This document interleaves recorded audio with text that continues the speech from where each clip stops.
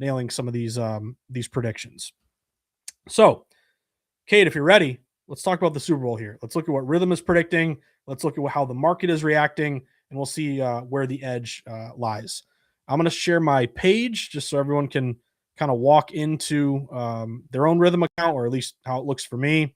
I want to remind everyone, of course, that we have these great tutorials. We got the parlay builder. If you like to bet parlays, check out the tutorial. The whole point here being is, people love betting parlays, Cade, but they don't really know which legs to add, which legs to subtract.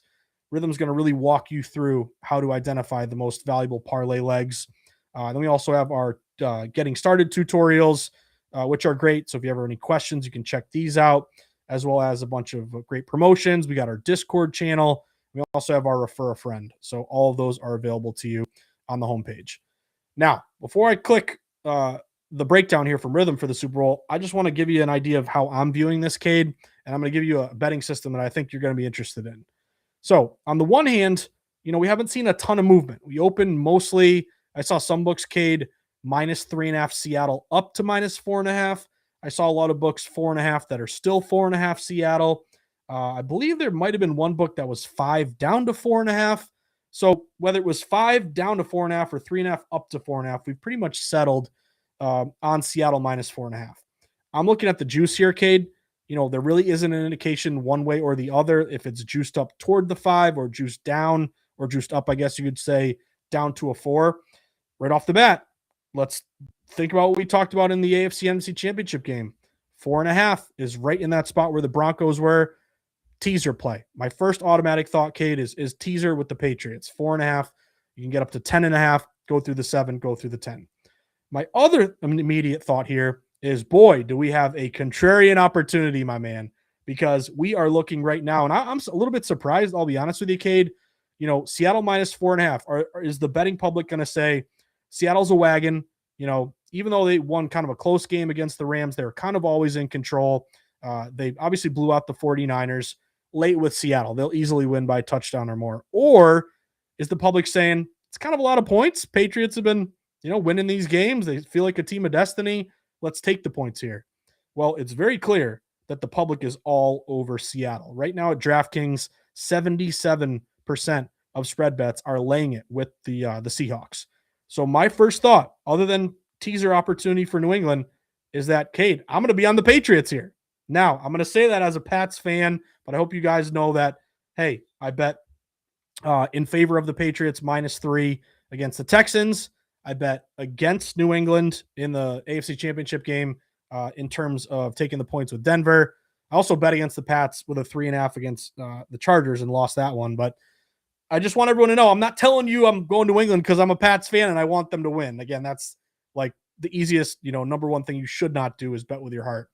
But if you give me a Super Bowl, a one-off, the most if you're a contrarian, this is your Super Bowl because it is the Super Bowl, because everyone and their mother is going to bet on this game. It's the most heavily bet sporting event of the entire year. And 7, nearly 8 out of 10 bets are on one side. So automatically I'm going to be on the other and bet against all this public love. However, I don't think it's just a contrarian play, Cade. You look at circa 36% of spread bets are on New England, but it accounts for 63% of spread dollars. So the wise guys in Vegas, they're showing a low bets, higher dollar split also in favor of New England. I got a couple stats for you here, Cade. Super Bowl dogs. Just taking the dog in the Super Bowl. It's not overfitted. It's not, divisional dog, awful loss on the road. No. This is just dogs. All you got to do is take the points. They're 15-7 against the spread since 2004, 68%. So you are getting dogs covering 2 out of 3 Super Bowls. If you isolate the dogs that are 3 or more, so +3 or more, since 2004, they're 11-4 against the spread, 73%. So we have a contrarian play with the Pats. We have a sharp low bets, higher dollar split at circa. We got dogs having barked quite a bit historically in the big game. We got a dog who can score system match. Pats have averaged 27 points a game. Now, they haven't been great offensively in the postseason, but they've had some weather games. Drake May, there's questions about his shoulder. I don't know how big of a deal that may be. He was limited, but looks like he'll be okay. But he's going to be in a much better weather spot in California. So I don't think, the weather could be, it's not going to be a snowstorm or anything. This is kind of funny, Kate. I'll say it just because it's funny, but I don't think it's a real betting trend. Teams that wear the white jerseys, Pats are wearing the white jersey. White jersey teams in the Super Bowl are 37 and 22 straight up, man. Again, how it's like maybe it means nothing, but maybe it means something. I don't know. And then lastly, so funny. And again, I'm gonna throw this to you, Kate. I know I'm rambling here, man, but go for it. Last I'm one having is a great time. The other one to me is just the public mindset. Like you turn on ESPN, you turn on, Colin Cowherd, wherever you ingest your sports betting talk radio, and all you hear is how the Patriots had an easy schedule and they're not worthy of being here and they're a cute little dog, but no one believes in them. I think that's an angle that can really rally the Patriots. Like, okay, I'd rather be the team that people don't believe in than the team that everyone believes in and thinks they're a shoo-in. I think that's an advantage here. I say all of that. Throw that all away, what I just said. Rhythm. Let's go to the Super Bowl. Let's go to the Rhythm predictions here. All three of my models cater on the Patriots. First model, Pats plus 0.9. That is a parlay piece if you're interested. Second model, Pats 0.8. And the third model, the most important one to me, a Green Star recommended Pats plus 0.5. So add it all up here. Cade, it's rare as a Pats fan that I can be against the public and with Rhythm. I can be in that exact spot here in the Super Bowl. I haven't bet it yet. I'm going to wait out and see if I can get a 5, but I'm going Patriots here, Cade. I toss it to you. What's your take, your thought? Give me the whole enchilada here, what you're thinking for the Super Bowl. Dude, it's so funny because like my entire philosophy is like obviously getting early number and like just like wanting the best of the best like available as soon as it opens or whatever. If I feel like the market's going to go a certain way, which we pretty much already see that's what's happening here. And yet, like I haven't really bet anything yet except for the one tease thing that you were talking about, which I'll get into that in a minute. Like I want the 4.5, obviously, but with the amount of money that comes in on this specific game, like just the Super Bowl as is, like this could very well go higher if some random jumbo comes out of nowhere in Vegas and says, "Give me the Seahawks." Like it can like snap of a finger. That's just how it works. It's either going to be Floyd Mayweather or Drake. It's going to be somebody. It's somebody on Instagram that walks in with a suitcase and then you see the Paul, video. Yeah. So, yeah, it's always somebody. It's like that's pretty much what I'm waiting for. And not that I'm saying that's what's going to happen, but it's just in the event of that actually happening, I am also going to wait. But immediately, not even with a second of a doubt, the amount of how fast that 3.5 disappeared was very alarming. For those who watched it, immediately after that Rams game, it wasn't even like 2 hours later that was already at 4.5, which blows my mind that many people are still going against New England. I believe me, I completely understand the Seahawks hype. I really do. This one feels different. I don't know what it is. It's a rematch. It's not like the same teams or whatever, or like somebody's, I don't know if anybody actually, I think everybody that played in that game is actually gone now, if I'm not mistaken. Maybe. I don't know. There might be like one old head. Van Noy's gone. That's about the only one. But to me, it feels like a bigger number for a spread in the Super Bowl. Because like you see these games, you kind of think 2.5, you think 3 field goal kind of thing. 4.5 is obviously more than that field goal range. Not that I'm saying it's going to be like 40-6 again, like Philly, Kansas City was, whatever, because that was just atrocious. But yeah, Pats are looking really good. But I did take your advice, and you read my mind. I did the little tease opportunity, and I bought Pats up to 10, and then took the under of key number 52.5. So I got that minus 122, I believe. And that's still pretty active. I don't really think that those have really moved at all, to be honest with you. So if you wanted to go ahead and do that, just to have something online, that's probably what I did for now the most. Like the Pats at 4.5. But one thing I did bet full game already was actually involving the total, which I know you haven't gotten there yet. but did take the under because that one's actively moving because a lot of money was on the over last time I checked. Yeah, great point. I want to hear your full under breakdown here, Kate, because I lean pretty hard with you as well. I just wanted to mention you were talking about like, man, 4.5 is kind of like it's weird how you think like in a regular season game, 4.5 is like nothing. In Right. a Super Bowl, 4.5 is pretty big. Like I'm just looking at the last 5 Super Bowls, Cade. You had and by which of course you had dogs go 5-0. So last year, Chiefs Eagles. Eagles were getting 1.5, won the game outright. Year prior to that, Chiefs were a 2.5 point dog. If you remember, a lot of people like San Fran in that game. It was that incredible comeback at the very end by Mahomes, just ridiculous. But they were getting 2.5 and 1. Year prior to that, the Chiefs were actually a 1.5 point dog against the Eagles, and they won outright. And then here's what I think is kind of an apt comparison, Cade. The year prior to that, the Rams played the Bengals, and it was the same exact number that it is right now. The Bengals were plus 4.5. And this is what I think could happen in this Super Bowl as well. Maybe the Patriots lose. Maybe the Seahawks are just that tiny little bit much better. But in the example here, that's exactly what happened. The Bengals covered the 4.5. Remember, that was Joe Burrow against the Rams. Bengals actually, if I remember correctly, Cade, I think they were leading late, and you had a late score there by the Rams to kind of seal that thing. Is that, if I remember that correctly? Yeah. But they end up winning by 3. So the 4.5 covered, and then the year prior to that, Cade, I don't know if you have like greatest bets of your life that you'll never forget. The COVID year. Tom Brady was getting 3 points against the Chiefs. I vividly remember I had just, me and my then girlfriend, before becoming my wife, we were COVID locked down, sweating that game. And I remember because it was also the Weeknd who was the halftime performer. And I kept going on VSiN with Michael Lombardi, and he's telling me the Chiefs are unbeatable. And I'm like, I'm going Brady in the points here. So that was a great one too. But my whole point being is all those games I just gave you, 4.5 was the highest spread.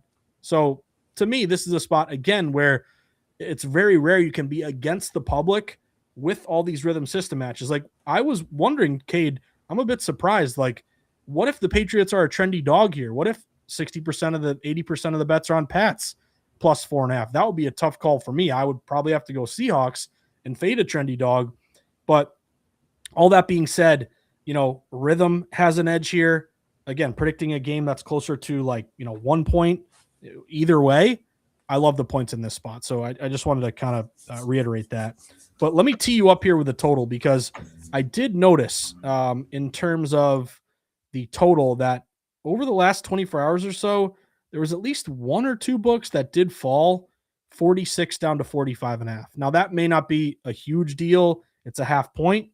Most books opened around 46, but I did see a couple books that opened 46.5 and then got down to 46 and are now down to 45.5. So if we can just respect the line movement, it's not going up for the over. It is falling down for the under. And if you're looking at the splits right now, 70% of bets are on the over at Circa, and about 60% of bets are on the over at DraftKings. So it would be a contrarian play.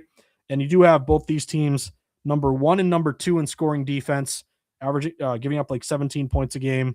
2 good defenses, contrarian under, say no more. I'd lean under, but I'm going to throw it to you, Cade. What do you got for the total? I love that you went right to the under because it tells me you feel pretty good about it. I got it. Also, I did get it at 46. The one thing immediately that I noticed is obviously, okay, so sorry. So it moves, like I said, 46, and then it moved down, I think, to a flat 46 and before it hit the 45.5. I got the hook of 46.5, not necessarily that. I guess it matters because it's not necessarily the biggest key in the world in that kind of range. Nonetheless, I'm going to take a hook nonetheless. With an early movement such as this, given how much money and how many tickets are already on the over, I was looking, and according to DraftKings, it was 57 of the tickets with 62% of the money. Obviously, again, you mentioned it, biggest game of the year. The over is obviously going to see a ton of buttons clicking on that button. Like, it's just how it works. You want to see the exciting finish. You want to see the higher scoring. It's like the patterns, those kind of patterns create the best kind of value for specifically for us and hopefully the people who are watching, obviously. But typically, because last year I'm pretty much, I can't remember the last time I bet an over in a Super Bowl period. Like it's almost like no matter what the number is, I'm probably betting the under in a Super Bowl just because it is the most contrarian play on the board almost every year, without a doubt. Probably more than like spreads or sides or period sides in general, really. Traditionally, you kind of see them around like the 44 to 47 range, I think. And obviously, when you look at that kind of standpoint, if you're an odds maker, that's going to give you a ton of leverage because they can adjust from a lot of different numbers within that range because there's so many different keys that you're jumping through. 45 is one of them, actually, still. I know 42 is a massive one as well. You also have 49 that's up there. I mean, you have so much leverage, but with all of that kind of going through, 46 has been a pretty common number that I've noticed over the past, I don't want to say 5, but maybe even more. I don't have the last in front of me, but probably 5 to 10, I would say, probably roughly around there, just because, I mean, you got to factor it in. That's going back all the way to the days before they even changed the extra point rule when they were like 2 yards, not necessarily 20, which they've definitely adjusted to those as well. Nonetheless, New England, I'm looking at it, they're 11-6 to the over. They are under in 2 of the 3 postseason games, though. Seattle, on the other hand, number 1 defense again, as stated, 9-8 to the over, but have gone over in both of their playoff games. So over is obviously been on the winning side of these last 3 Super Bowls. And then you have a stretch of all these huge game unders. Overall, the Super Bowl is, according to this trend, is 30-28 overall Super Bowls. That's obviously not disguising Super Bowl, the very first one, because there wasn't anything existing at the time. But nonetheless, like you said, I'm a massive unders better. And now if you want to get in terms of like the team talk, because it sounds insane. And like, I'm sure you're pretty similar, but a lot of the Super Bowl betting strategy is not really based off of teams as much as people would think. Like for me, it's a lot of data. It's a lot of contrarian play just because of the amount of money that goes into it. You could say that about every big game for me personally, but again, if my model actually had a green star on the under as well, I think mine was projecting roughly just above 44. I had another caution flag that was roughly the same as yours at 43. And then doing a little bit more digging, like I said, we know these 2 defenses, they are astounding as all get out. We know that. We've been knowing that for like the past 3 weeks now. We've known that for pretty much almost the entirety of the season. I like both offenses, but I don't like them enough to necessarily score 24 plus on both sides, although they are very capable of doing so.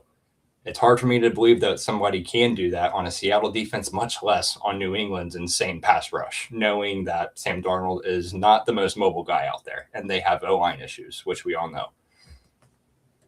It's right there. I think I'm going to take that, I already took that at 46.5. Liked it even more after the tease. That's actually my main play. I already played like, I think 1.5 units to that, and then I played a half unit on the full game under, just to have something there as well. I'm all over it though. That's my favorite play in the Super Bowl by far. Makes a ton of sense. You got the contrarian opportunity betting against the public, and you really kind of honed in on, why I try to explain this a lot to people when it comes to betting against the public. One, it's a philosophy that you got to stick with long term, because if you pick just one game and one team's getting 80% and one team's getting 20%, the 20% can lose. Anything can happen in one game. But if you long term stick to a philosophy of just identifying lopsided games and then taking not the big herd mentality play, but the opposite, that's going to benefit you long term over the course of 1,000 plays or more. But when it comes to the Super Bowl, number one, these lines are really, really sharp, because again, you got to think about the odds makers. they have so much data on both these teams. Like when we get to week 1 of the NFL, a lot of times you'll see dogs do very well just because we don't really know what to expect. Teams can surprise you. The teams you think are good may not be as good. The teams you think are bad may be better than you think. There's a lot of unknown. When you get to the Super Bowl, everything is known. We have a full 17-game season on every team. We have a full postseason of, unless you got to buy 3 full games or 2 full games. So when the odds makers set these numbers, they're really, really spot on. The other thing that I like is line movement in the Super Bowl, Cade. I do have a system here in terms of Super Bowl line moves. If you just take the team getting the line move over the last about 20 years at this point, whoever gets the line move, whether you're New England 4.5 down to 4 or 3, if you're technically Seattle -3.5 up to 4.5, although 3.5, as you pointed out, there were a couple books that opened there, but maybe others kind of were a little bit higher. But just take the team with a line move. They're 11-7 against the spread since 2004, 61%. So basically the numbers are so good that it takes a lot for them to move that number. So therefore I want to be with the team that gets that line move. That's why to me, like, remember when the Broncos were 5.5, 4.5, it was very critical. Okay, where does it go from there? It kept falling toward Denver. It got down to 3.5. So when you and I end this stream and do it again next Thursday, where are we at? Are we up to 5? Are we down to 4? That's just something that the nerd in me who likes to look at line movement and think about how the odds makers are handling this and the money they're taking in, that's really critical to me. But to your overall contrarian point, I'm already like talking to my mother-in-law that we're going to go to her house for the Super Bowl and what are we going to make for food and what commercials will be on and what's Bad Bunny going to do, the length of the national anthem. I mean, everybody who can't tell you all 30 or 32 teams, how many ever there are, they may not have watched a single game all year. They're going to watch this game. We have the most legalized states who have bet, close to like 40 right now. So just from the standpoint of everybody is going to bet this game, I want to be against the masses. And that lines up with Patriots contrarian. That lines up with the under contrarian. And mention this as well, or I wanted to kind of back you up, Cade. My 3 models, 43.7, 43.9, and the third model is 42.7. So Rithmm, they're not Green Star recommended. They're not Smart Signal, but they're all leaning pretty hard here toward the under. I wanted to look real quick too at the weather because it's been crazy with these Patriot games and the weather. We're ways away here, Cade. And by the way, we just got crushed by a snowstorm, so there's like, got like 20 inches or something. And thank God my power didn't go out on Sunday during those games. But right now, a ways away, 67 degrees in Santa Clara. Winds like 5 miles per hour. I know it can rain there sometimes, but it looks like it's going to be perfect conditions, which I think is a benefit to the Patriots and Drake May, because May has struggled in the weather. He's turned it over, played great, to win the game, but not statistically against the Broncos. I think 2 weeks to help his shoulder in a nice weather spot is a benefit to the Patriots here. Let's flip over to some prop bets here, Cade, because I want to throw it to you. I have my philosophy when it comes to props, and maybe we should differentiate like novelty props, like color of the Gatorade that's going to be dumped on the winning coach, length of the national anthem, what's Bad Bunny's first song going to be, versus like player props. So one way to differentiate this, a prop is a propositional bet, and it's basically anything that is not found within the box score. Like if you go to ESPN.com, NFL.com, you find the box score, over-unders for players and all that kind of stuff you can bet on. If you can't find it in the box score, that's considered a novelty prop. And it really kind of depends on what state you're in, because some states don't allow length of the national anthem and all these fun ones that people want to do. Kate, I'll tell you a funny story. When I used to work at Sports Insights, it must have been like 2012, 2013. I had a buddy who had a somewhat insider connection with all the commercials, and we bet and made a little bit of coin on way. Yeah, what's the first car commercial? Is it going to be Jeep, Mercedes Benz? And I distinctly remember this. It was a little bit shady, but it just goes to show you, like, people like to bet on anything to make it more fun. I'll throw it to you, Cade. Do you have an overall approach when it comes to player props, props in general, because I believe the quote unquote Propapalooza, I don't know if it's today or tomorrow. It used to be the Thursday on the week before. Like you see it a lot at the Westgate, which is kind of the king of the prop bets in Vegas, or Circa or South Point. But a lot of pros like to bet these props very early because they feel like they're going to get a good number off of a discrepancy. But let me throw it to you. Thoughts on props? Do you bet them? Do you not? How do you decide what to bet? Do you have any, before we even give like specific bets, just how you approach? Because everyone's asking you, what are your Super Bowl squares? What are your prop bets? How do you handle that? How do you answer that question? It is hard because, especially this early, I like to dig more into the data side of things. Like we know about the opening lines of these props can really move, because a lot more people than you think. I mean, they play props just as much as they play the sides, because there's a reason these lines open as early as they do. I like to tread lightly on props because they can sometimes burn me specifically, because like I've pretty much said a lot of this show, Rhythm's helped me a lot with prop betting. I'm still, I don't want to say new to it, but it's not necessarily my main cup of tea or kind of thing. Whether I'm writing strictly model plays on a prop, which I do quite often, obviously. Colby Parkinson. Other than those, I mean, it's really not a ton to really look into, other than the data side of things for me personally. Up until probably, like you said, like there's 48 hours until kickoff, then it can probably start digging a little bit more. Like next Thursday, I'm sure I'll probably have some written down on a notepad to definitely look into. And there's already a couple that I've kept my eyes on as far as projections go. I actually bought one look ahead. Like for conference championship weekend, they have like these look ahead. I got a touchdown score for a crazy price. Nice. It was Ramondre Stevenson. So I had Ramondre to score. That was pretty much it. I'm trying to see because I forget the price. I would have to go through my thing. Hold on, because it was like in the twos, and I know right now it's actually my jaw dropped when I saw the actual price when we were selling here. It was 150 something, if I'm not mistaken, right now. I don't know. That sounds right.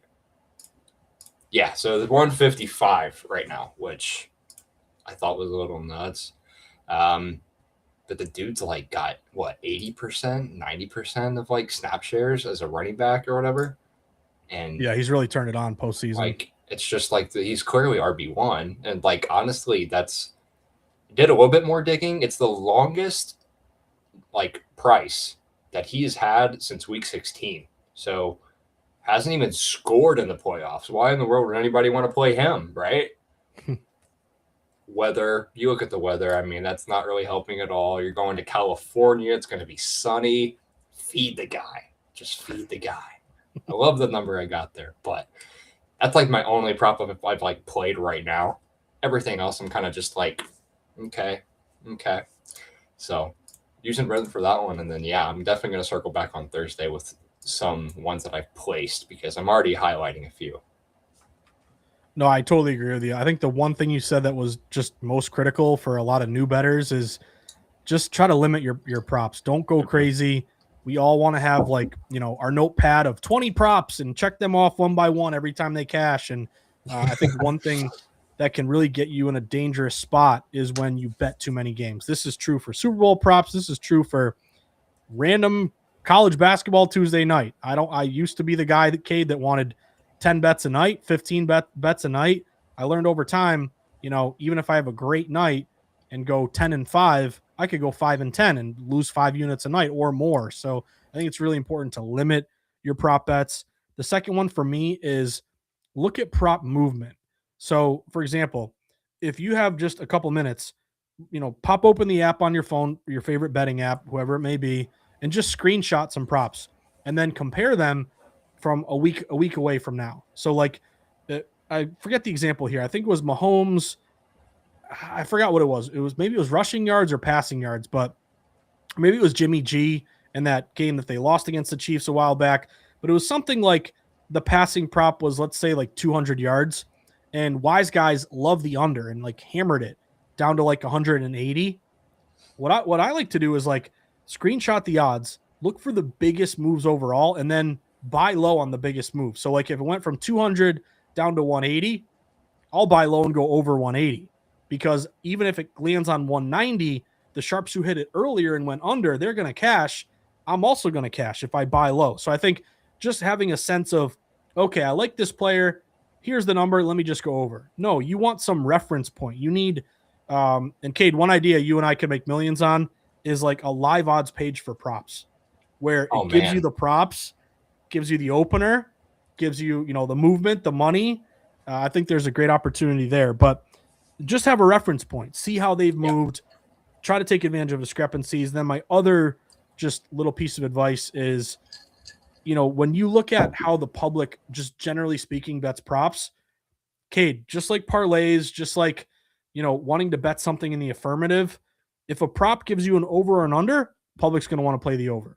If a prop bet gives you a yes or a no, public's going to want to bet a yes. If a prop bet gives you a minus number and a plus number, public's going to want to bet the plus number. So one thing that really stayed with me years ago when I went to VSiN, went out to Vegas with VSiN for it was the week before the Super Bowl. It was, I think, against the Chiefs, and maybe it was that 49ers matchup. But an odds maker told me, like, pros love nose, unders, and minus numbers. Public loves yeses, overs, and plus money numbers. Like, one that pros always bet. It's true. And again, limits are kind of low on some of these props, but like, will there be a safety? Public always says yes because it's like plus 1,000. Pros always go no because it almost never happens. Even though I think Brady took a safety, what was it, a few years ago? Was it against the Eagles? Or oh man, I think he that might have hit that 1 year, but it almost never hits. Yeah, that's funny. And then will a game go to overtime? That's the other one where public will always go plus 1,500. Yes, wise guys always go no there. So just keep that in mind. If you're going a yes, a plus money, or an over, you're kind of doing what the book wants you to do. With all that being said here, Cade, let's just get into a couple props. I want to get your take on them. If we go to our smart signals, my first overall thought is I want to target mostly pass catchers, Cade, because if you look at both of these defenses, they are really good against the run. You have Seattle number 3 against the run. Patriots are number 4. They're both giving up less than 100 yards on the ground per game. So if we have two really good rush defenses, it makes sense to me to maybe avoid some of the running backs and focus on the pass catchers. So a couple that just jumped out to me, you had just mentioned him, but Ramondre Stevenson's under rush attempts. Now, this is one of your top smart signals. Now, Ramondre, as you mentioned, has just been awesome. You got to remember, Stevenson was great, had a big fumbling problem. I mean, New England was like, you got to bench this guy. Like, he just fumbles constantly. Knock on wood, he's been really good recently, so do not fumble in the Super Bowl, please.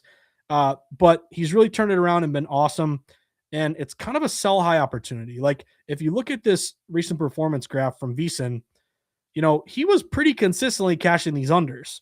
He's popped off in the postseason, but the Houston game was basically a snowstorm where you probably wanted to run it more than pass.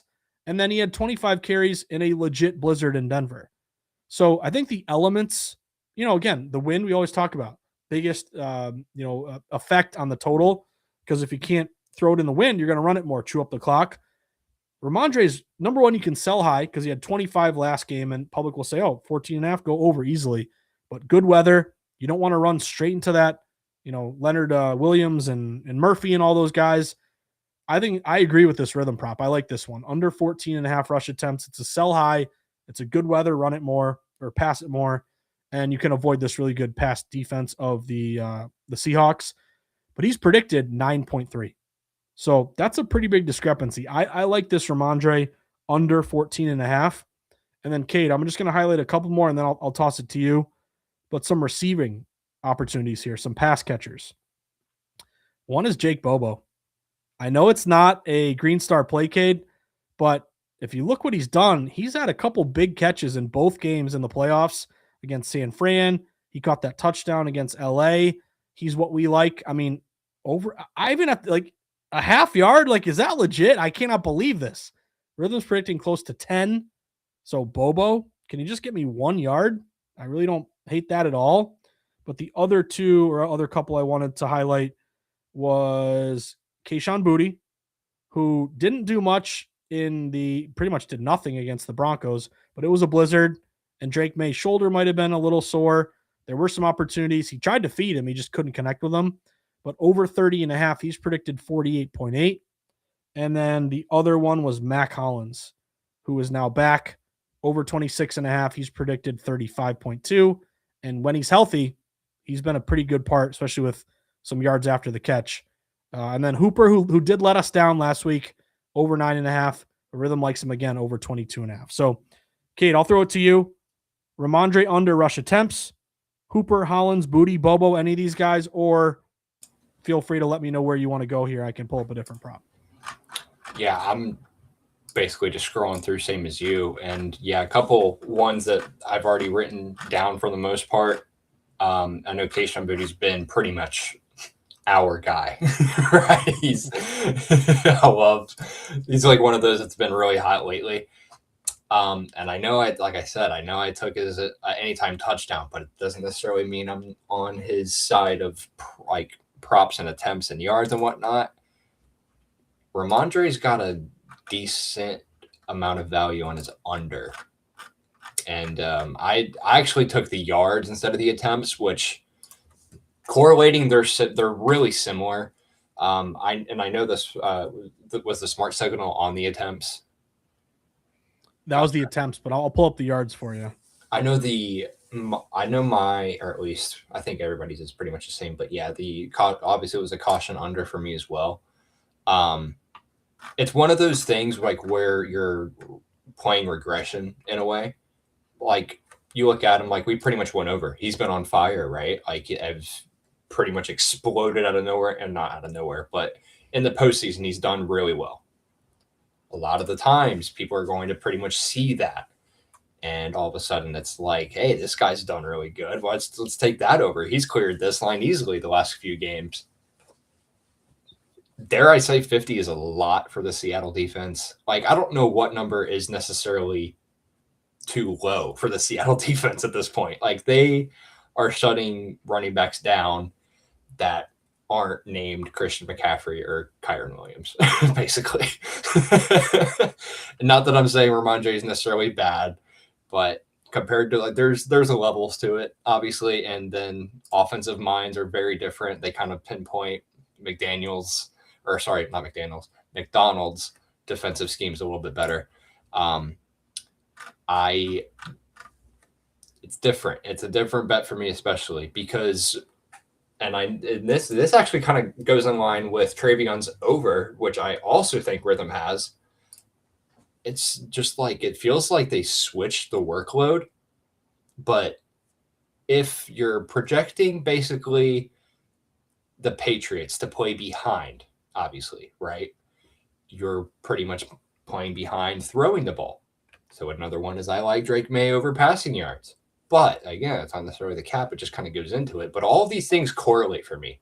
So like if you're projecting them to be behind in this game and throwing the ball to pretty much catch back up, the drop back rate, the pass rate of this game is going to be heavier than I should say. Their design rush attempts will naturally go down with that. Combining that with it, what's his attempts line? If I'm not like his rushing attempt line, was it? I'm scrolling through. Was it 15? Something like that? 14. For Ramondre? Yeah. Yes, so it was 14 and a half. So I'm seeing it at 12.1. Rhythm is seeing 9.3. Again, like I pretty much always said, I like to kind of compare both of my models together. And basically, if they agree, then I'm all in. The under 14 and a half is 1,000% in play. However, the efficiency is why I'm taking his yards. Because, like I said, he's averaging he's averaging over 4.5 yards per carry. And then again, you factor in the schedule, blah, blah, blah. Seattle defense is number one in DVOA. And this is his specific toughest match. It's just a bad matchup for me. And he leads the NFL with 6.9 yards per carry against stacked boxes. That means when teams are loaded up on the line of scrimmage and they are pretty much prepared for a run play, Stevenson's still getting almost 7 yards attempt on those kind of schemes. Seattle, they use a stack box, the second lowest rate, and they still manage to stuff runners like instantly. And it blows my mind how talented this defensive group and that front set or that front four, that unit, the linebacking core, all of them. I love the chance at the under of 50.5. I love the under attempts. As of right now, those are two that I'm highly likely of leaning towards, both unders. Travion, I'm going to have to look more into his over, even though Rithmm did like that as well. And then I mentioned Drake May's over as well, and passing, which those two, and I know they think they had Travion's had the parlay piece, if I'm not mistaken. Yep. Might kind of fool around with that a little bit. I mean, I know it's not necessarily something that I necessarily like to do. As far as parlay optimizing, though, I mean, I know a lot of these lines and all these props can be listed at like 15 plus. If you guys are into those, you can try it out, give it a shot with that. Like I said, I'm still kind of learning the parlay optimization piece in general, but I don't really like parlaying straight numbers together unless if I just see an enormous amount of value on it, which I hardly ever even do that as is. I probably never do that. All lines are different because similar to the tease, it's kind of how I see props in a way. It's kind of like teasing props, if you want to call it that, even though it's not necessarily a real thing. If you want to, I don't even know what the proper term would be. I guess you can kind of call it that. But yeah, I know a lot of the markets offer like 10 plus, 15 plus. Obviously, you don't want like a minus 300 prop. Do not do that. Please do not do that. That's not what I'm saying. Might just tweak around with the parlay optimization though, and kind of just make something fun because all these profit boosts kind of come active as well. So it's probably just something to play on there. I know a lot of the books offer tons of different offers for this game specifically. But yeah, Ramondre's the main one I'm looking into. Travion and Drake's are just other ones that I'm kind of looking into. Hunter Henry. I mean, there's so many. Like I said, next Thursday, I'll have them like pretty much all. I'm looking at least like 3 though to at least place because usually it's probably what I'm around anyways because I don't play him anything huge. Like I've pretty much said that all year. I'm typically like quarter of a unit to half a unit at the most because again, I'm not a huge prop guy again. But yeah. No, I'm right there with you. I'm with you on the Ramondre under. I just think the game script kind of screams that. Like, are you going to, run your head straight through a brick wall 15 times? I don't know. Maybe you want to isolate more of the passing game. That makes sense to me with this rhythm edge. The Booty and the Matt Collins. I also like those two because Matt Collins gives you the yards after the catch and Booty's the deep ball as well. So makes total sense. And then I know Jake Bobo is going to have a catch. That's my remember Kyle Juszczyk? Was it years ago? Yeah, where he was no one played him, and he I think it was the first play of the game, if I remember correctly, that he went over that number. But what are you gonna do? Anyway, Cade, probably gonna wrap up the pod here or the live stream. But I just wanted to touch on one thing, just changing gears. Let's talk a little bit of college basketball because I think as a sports bettor, and you hit on it perfectly, the Super Bowl we're so excited about, but then it's man, once the Super Bowl ends, there's no games for 6 months. So you kind of have this down feeling, this void where you're already missing it. But remember, to me, when NFL ends, it's like college hoops, 0 to 100, because March Madness, if you're like me in New England or cold Ohio, it gives you the idea of, okay, we're not too far off from spring. Obviously baseball, I'm looking at some win totals already, thinking about this year for MLB. But with that in mind, I just wanted to highlight the fact that, college hoops is really heating up, and Rithmm does a fantastic job of giving us all these different models and predictions for games that you may not even like. The thing to me, Kate, is can you name the mascots? If you can't name the mascots, that's a game that probably the public is not going to bet. But the beauty of Rithmm is that they're going to give us predictions on all these random games, these added extra games, the games that are, 10 o'clock at night, Tennessee Tech against Georgia State, like these random ones that no one's playing. So just in the idea of trying to highlight college hoops right now and get people kind of excited about what's to come, there was one game that I landed on, and it happened to be, if I can go find it, we'll go to some of these models. Go to college hoops. We'll go to see all, and I'm going to type in Cal State Northridge. I texted this one to you prior to the show. This is right up my alley in terms of a random added extra game. I guess it's not technically an added extra game. It's a regular game, but it's a late night game that the public doesn't really care about. Can't name the mascots, the Aggies and the Matadors. I guess they're right in front of you, so I guess you could just see them. But this one is right up my alley because I can align Rithmm with what the betting market is telling me. So this UC Davis Cal State Northridge game. First thing that jumped out to me, Cade, is the fact that the team at home is getting a line move against a team with a better record. So UC Davis is 12-8, Northridge is 11-10. We open Northridge with a very short, minus 1.5, very, very short number here. And the public is saying the wrong team is favored. Right now, DraftKings, nearly 60% of spread bets are going with the Aggies. Slightly better record, might as well take the points.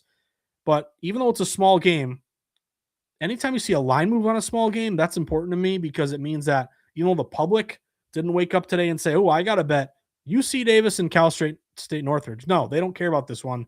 But it seems to me that pros have really targeted Cal State Northridge because they opened minus 1.5. When I wrote about this game for VSiN.com earlier today, they were minus 2.5. Cade, I'm now seeing Cal State Northridge hitting 3 now. So the line is now moving further toward Cal State Northridge. I like to money line short favorites because how many times do you bet a minus 3? They win by 1 or 2 or 3, and you push or you lose your bet. I can't sleep at night, Cade, when that happens. So I go money line here. I jumped on Cal State Northridge on the money line. Let me see what specific number I got. I thought it was like minus 125. Now it's a little bit higher. It's like minus 150, but I still like this money line play with Cal State Northridge. It's a random added extra random overlook game with a line move. Rithmm is leaning toward the minus 3, minus 3.6 first model, minus 3.1. But to protect yourself, just, to make sure they win this game, we got a recommended play here around minus 160 on the money line. So again, we're talking Super Bowl that everyone knows about, easy to find on your app. These games are a little bit off the radar, but I promise you one thing, Cade, you win your Super Bowl spread, the same green money is going to be given to you if you win a Cal State Northridge play. So don't let the fact that it's a smaller game influence you and say, oh, it's not sexy, I don't want to partake. No, the beauty of Rithmm is that we're going to help you with these small games that no one's interested in. So my play tonight is a money line on Cal State Northridge. Kate, I was texting you earlier. Anything you want to mention with college hoops? I don't know if it was a game today or a game tomorrow. If you want to save it for next week too, that's fine. But any college hoops games you want to hit on? I would if I had like a firm handicap thing prepared, I guess. I don't necessarily have a ton. It's really just like you said, it's really just a splits thing for me right now. Which I'll be releasing like a full breakdown in an article that I have on my Substack, which is free to read if you guys do want to check that out. I post all those on Twitter and stuff like that. And then also obviously give the Rithmm model breakdown pretty much next to that to pretty much correlate the two in general. Not really a whole lot yet because I haven't written it or haven't really looked into it as much. I know I want to play in the game just given the split side of it. But again, I like to look into the data side of it as well on top of it. As far as tonight, there's a couple, but again, the splits didn't really align with it. And I couldn't really get on the side. Yesterday, I know yesterday was actually a good day for it. I know I did.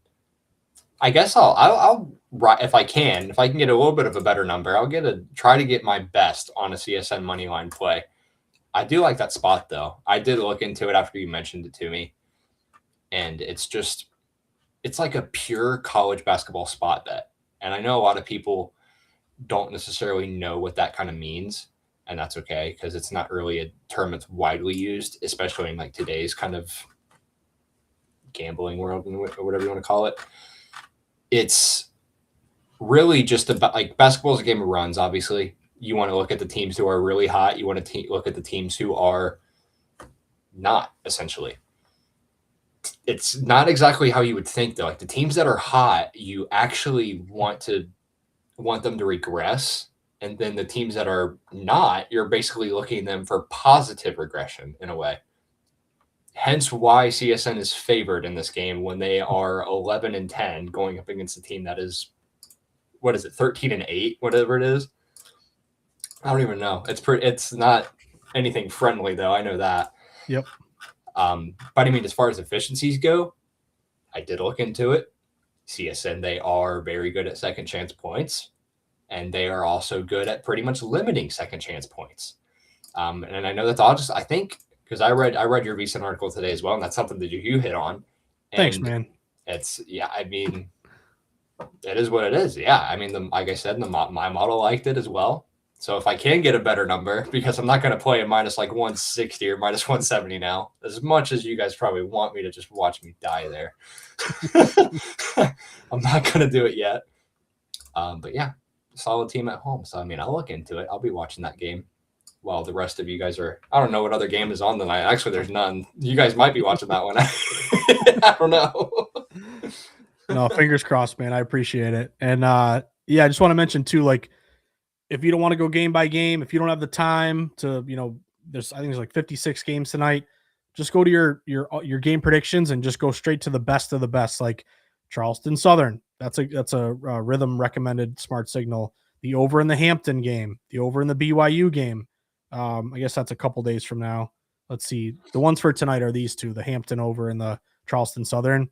But that's the beauty of Rithmm. The awesome part of Rithmm is like, what other app is going to give you a Charleston Southern recommendation? Like, again, that's just awesome how we can really, focus on games that get overlooked, but we'll cash and pay out just like any other bet. I will say the Rithmm's mid-major totals are actually very good. For those of you who don't know, it's a train to get on, and I would severely advise on looking into it or backing them if they are recommended. Just a quick note, because I know that they were really good last year. So far this year, haven't looked into it as much because I'm really trying to, conference play on Power 4, which is burning me to hell right now. I'm trying my best to get out of that, and it's not been fun. It hasn't been kind. Public it's very chalky right now, but I regress. Mid-major totals on Rithmm, look into that one for sure. Sorry. No, I'm glad you said that, kid, because I've had like 2 terrible nights in a row, and it's like the popular favorite that falls from -5 to -3 wins and covers and wins, like blows them out anyway. Like these are spots historically, where the dog does well. Like, again, I guess misery loves company here, Cade. But I'm looking last night, like I had DePaul, Xavier, had Baylor. The night before, I'm just looking at my notebook here, Oklahoma, Grand Canyon. I don't know if you had Grand Canyon 2 nights ago. I did Foul not. 3-point shooter with no time left. Yep.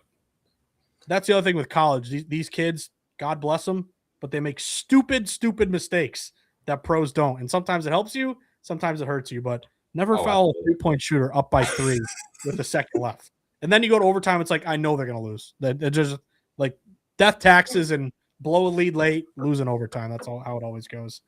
But anyway, Cade, that was a nice little appetizer there, because we are going to have, of course, college hoops wall-to-wall coverage moving forward. But I just want to thank everyone for tuning in.